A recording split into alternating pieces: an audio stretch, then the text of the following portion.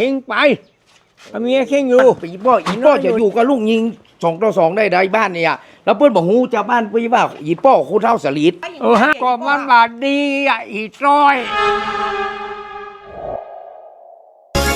มาดันยังคิดจะไปไหนให้ข้าอยู่ถ้าขี้ค้านอยู่ขี้ก็ไปเลยไปเลย ออกไปเลยขี้มาต้องอยู่ไม่อยากยุ่งกับมาต้องอยู่ไปข้าได้มือจะอยู่ขี้ไปเลยเร็วอันอย่างเดือดกองบ้านกองเมืองเนี่ยก็นี่กะมีเขาเนี่ยกะพ่อไม่อย่างกำกระไล่ห่อบ้าน2 กำกระไล่ห่อบ้านเนี่ยโป๊กพักโป๊กเขาเรียบร้อยเนี่ยมาไล่คิงกะไล่ใจใกล้น้อยแต่ป่อก็มันมาดีอ่ะน้องจ่ายมันขนาดเลยป่ออันนี้ป้อกับปัจจัยว่าหันใจมันนะสมควรคิงจะหนีสมควรคิงจะหนีพ่อคิงก็บดีอย่างมันว่าอีป้ออันนี้ลูกอีป้อนะโอ้แม่นะไอ้ป้อเลี้ยงมามือละหูละพิษกันเทียงกัน คนใดดีคนนั้นอยู่คนนั้นบดีคนนั้นไปมันเหมือนอย่างกันบดีเนี่ยมันปัจจัยกันไอ้ตามากันดีละอย่างนั้นอย่างกันโอ้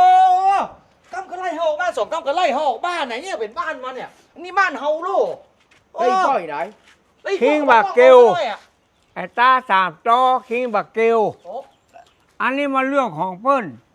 เรื่องของเป็ดไก่อย่าขันเรื่องของฉันเธออย่าพูดก็อย่างอีป้อยังมาเป็นกลางอ่ะอีป้อเป็นป้ออีป้อต้องเป็นกลางอีป้อมันไล่ลูกอีป้อใหญ่อ่ะอีป้อก็เป็นกลางเนาะอันนี้ป้อก็ฮักไปลูกป้อ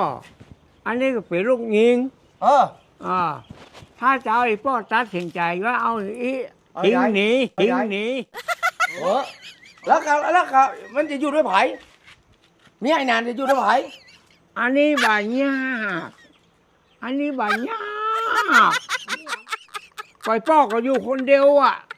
อยู่ด้วยป้อได้รู้ป้อดูแลมันได้รู้กลัวมีพิษกันนะที่จะฮื้อลูกเต้าดีกันอันนี้ไอ้ยังน่ะจะฮื้อลูกเต้าห่างกันจะไล่ลูกตัวเก่าไปติ๊กจะเอาลูกยิงไว้อย่างใหญ่ก็มันบาดดีอ่ะอีจ้อยก็มันบาดดีอ่ะ